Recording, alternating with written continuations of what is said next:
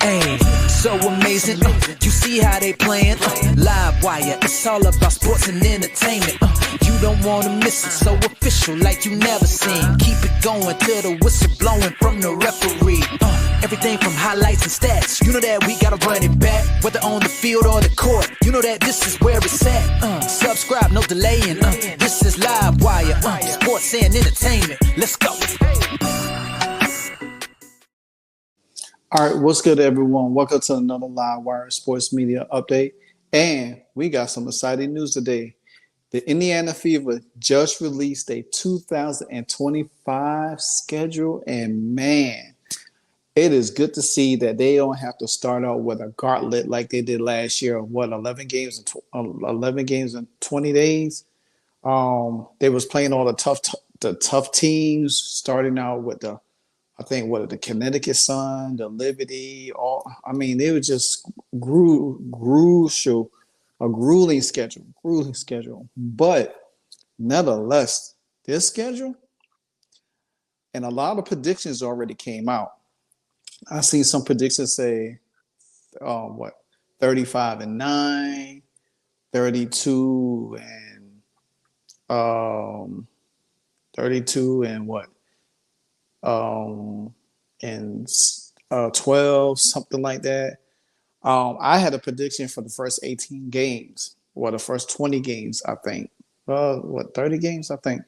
But nevertheless, and it's crazy because a lot of people are mad because they have to play the Chicago Sky 5 times.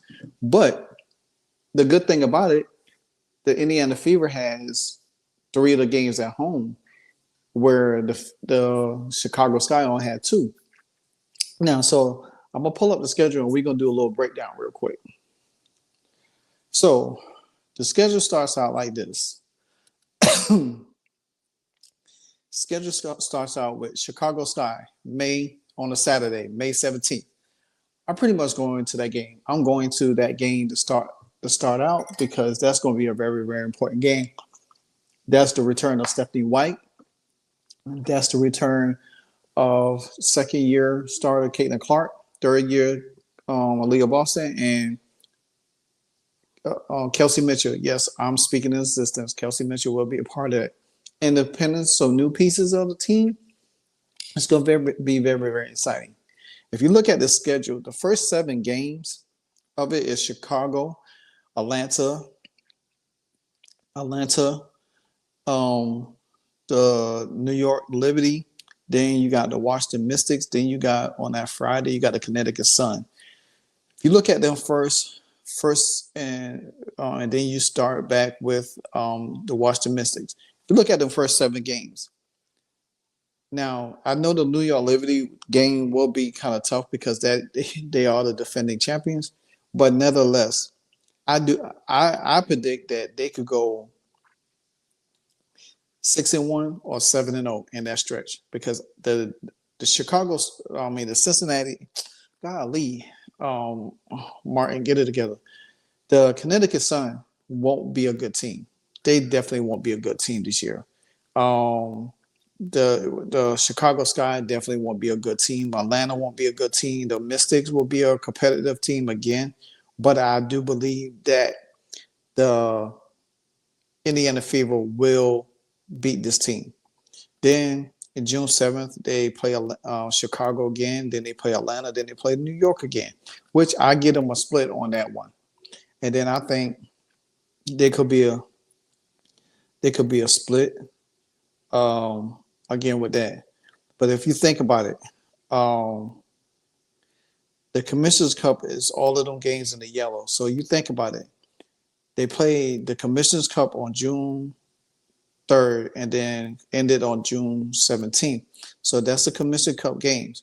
So if you think about it, if the Indiana Fever goes undefeated in that stretch, depends on who the other teams have, boom, I look for the Indiana Fever to be playing for the Commissioner's Cup championship. You see, we sat back and seen the Minnesota Lynx did it this year. competed in the Commissioner's Cup and ended up winning the Commissioner's Cup and ended up going to the WNBA Finals in the same year. Now, I'm looking at all of these games all the way up to All-Star break. You got the Vegas Aces. You got the Golden State twice in that stretch. You got Atlanta. Like you play Atlanta like 4 times. You know what I'm saying? You played Atlanta like 4 times. Then you got Dallas, June 13th, July 13th, June 27th. The June 27th is the first time you play Page. That probably most likely to be on. They're most likely to be on Ion. And then you won't play again until the following Thursday. So you almost have a week off before you play the Vegas Aces going into July. You know what I'm saying? So, and then if you look at it, you really don't even have back-to-back games. So that's going to preserve very well with the Indiana Fever. Not having back-to-back games is going to be very crucial because what they do have back-to-back on June 26th and June 27th, that Thursday and Friday, because most likely, I guess they at home against the Sparks, and then they're home against Dallas in that stretch. So, or they on the road against Dallas. So, yeah, home is in the circle. Okay, so they start out with back-to-back home games. Then they go to Atlanta, which I'm gonna try to go to that game on that Thursday night. I'll probably just try to. Hopefully, it be my long weekend and everything. So I'm definitely gonna try to go to that game. Then you come back. You got a New York at home, which I suspect them to beat New York at home. And then you go on the road to Washington.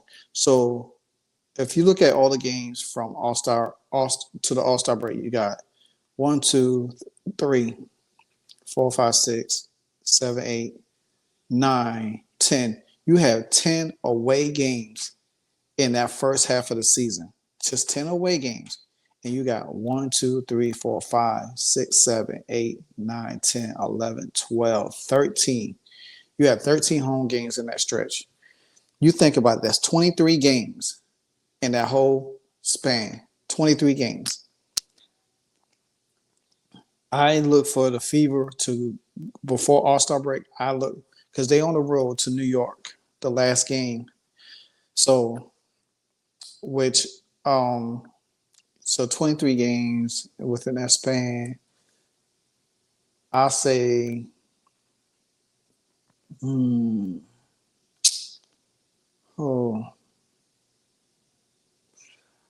I ain't gonna lie. I'm going on a limb on this. I give them, I did say 18-5 in that span, but I said 19-4. I could be wrong, but I think 18-5 is a little bit safer to me. I don't want to say 20-3, but I think with all of their home games, all of the games they got at home, a lot. I think they probably gonna have a strong undefeated home record. They're gonna be pretty good on the road too, and I think all of the games that they have, especially against Chicago, Atlanta, and then New York, Washington, Connecticut, Washington, definitely Stephanie White is going to want to beat Connecticut. Her at home. Connecticut comes there and play them at home. She's going to want to beat them. You got Washington coming back on June 3rd. Then you go on the road for 2 games, Atlanta and Chicago. Then you come back home against Connecticut again and New York at that stretch. Then you got 3 straight away games. That's going to be a little tough because you'll be on the West Coast at that time. That's the West Coast swing. Golden State, then Vegas, and then Seattle. Hopefully you could win them 3 out there. If you could win them 3, that West Coast swing, then that's going to be good because you got a 4-game stand out there because you got the Vegas, Los Angeles Sparks also. Then you have a Midwest swing again with Dallas. So you're gonna have one home. You're gonna have 3 games away. Then you're gonna come back home against the Sparks, and then you're gonna go to Dallas. Excuse me, all in that sense. So I think that is going to be very, very crucial and very important for them to clean up on that away stand, because we know last year when they went away, it was really tough, really tough. I think they beat the Sparks the first time they went out there and lost to the Vegas Aces, and then Seattle. I don't think Seattle's going to be good this year. I don't. I think New York is going to still be decent, but I think they still could be vulnerable. Connecticut, I don't expect much from them either. So this schedule is pretty much set up for the Indiana Fever to really run the gauntlet. It's really set up for them to run the gauntlet, because if you think about this, the goal is to win a championship. And if they come out strong out the gate, and I predict them, like I said, they could go in the first 7 games, they could go 6-1 or 7-0. If they make a strong show, um,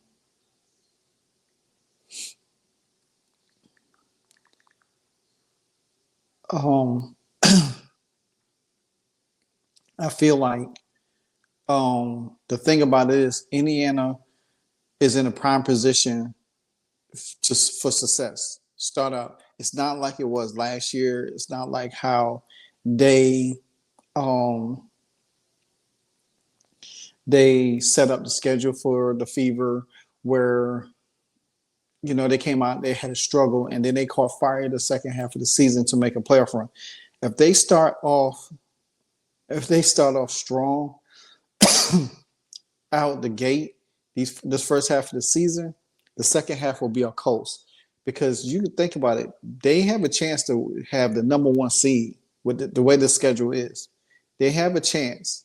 And you got all of these home games. You got more home games in the first half of the season than you have going into anything else. And then you think about it. The July 15th game against the Connecticut Sun is being moved to the TD Garden, which they sold out for the first time ever at TD Garden last year against the Sparks. And that's the game that Cam Brink got hurt there. So I think that if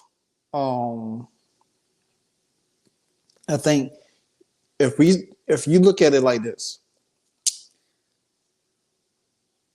all the attendance at home and away for Caitlyn Clark and the Indiana Fever last year, I think it's going to double this year, because they're going to have more home games.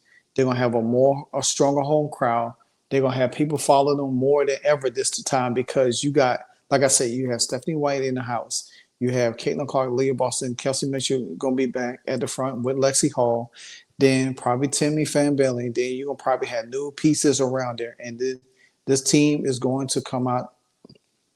I want to see them in preseason, how they gel, because it's going to be very, very important, the new pieces that they added to this roster. So that just shows to me how important that this season is going to be. And like I said, last year they opened 11 games in 20 game span. It's totally different this time. Totally different. Because you don't have to play all them hard games. You don't have to play all of these hard teams or whatever the case may be. And then, like I said, they had three. They played the Chicago Sky 5 times, but they played them. They had 3 out of the 5, and that's May 17th, August 9th, and September the 5th in Indianapolis. Then they played June 7th and July 26th, and that'll be it for that right there. So, like I said, some people pick them. Some people pick them 36-8. Hell, they could shock us, 32-12. But the main thing is, if the Indiana Fever, if they get, I don't. I think they'll be one of the top 3 teams in the league, but I do believe they'll get the number 1 seed. I do believe that because I think that's going to be a really mission for this team going a step further. They get home field advantage throughout the playoffs. It's automatically championship. You can't not think of it any other way. I think that's going to be their goal. They're going to be focused on having the best record in the league and having home field advantage throughout and bringing a championship to the Indianapolis Fever, or the Indiana Fever. I said the Indianapolis area, but the Indiana Fever. So that's what I think. So there's a lot of good things to like about this. Good things to like about the schedule. I think it's really a big move already for the Fever to have teams already in position to move their games away and everything like that. Because Mohegan Sun Stadium Arena is only 10,000, where the TD Garden seats almost 20,000. So to have that game there is going to be very, very important. And that's July 15th. So, but nevertheless, let the games begin. So like, comment, subscribe. Tell me what you think about the new schedule. Give me your predictions. I want to hear your predictions for the Indiana Fever schedule. Matter of fact, give me your prediction for the first half of the season before All-Star break, and then give me your prediction for the rest of the season. What's their record total, the first half, and then the rest of the season? I say 18-5 in the first half. So that means if somebody said that they was gonna go 32-12 and they be 18-5, then that means they will have 7 games left to lose in that span. And they will have to go 36-8, so they will have to lose no more than 3 more games the rest of the way in the second half. So we'll see. But again, like, comment, subscribe. Until then, it's your boy Live Sports Media, and I'm out. Hey, so amazing. You see how they playing? Live wire, it's all about sports and entertainment. You don't wanna miss it, so official like you never seen. Keep it going till the whistle blowing from the referee. Everything from highlights and stats. You know that we gotta run it back, whether on the field or the court. You know that this is where it's at. Subscribe, no delaying. This is Live Wire, sports and entertainment. Let's go.